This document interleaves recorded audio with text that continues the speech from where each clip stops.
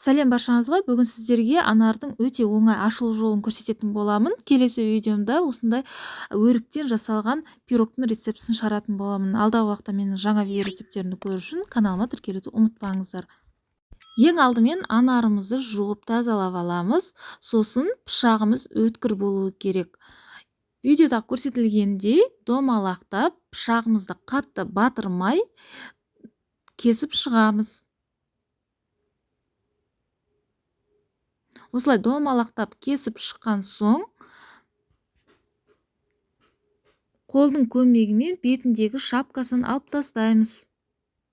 Енді анардың ішінде ақ жолақтар пайда болады. Сол ақ жолақтардан пышағымыз өткір болу керек. Міндетті түрде қатты батырмай осылай кесіп шығамыз видеодағыдай.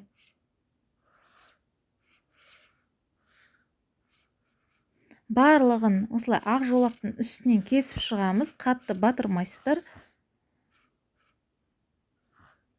Енді қолдың көмегімен анарымызды ашамыз.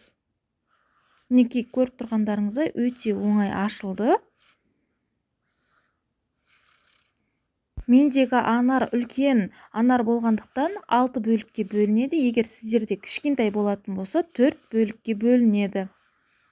Анарымыз өте оңай ашылды. Енді әрбір бөлігін анарымызды осылай тазалап аламыз.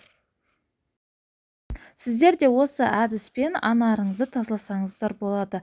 Алда менің жаңа видео рецепттерімді көру үшін менің каналыма тіркелуді ұмытпаңыз. Қазақша футболктың қазақша контенттің дамуына өз үлестеріңізді қоссаңыздар деп сұраймын. Егер осы видео сіздерге ұнаса, өздеріңіздің әпке сіңілдеріңізбен бөлісіп отырыңыздар.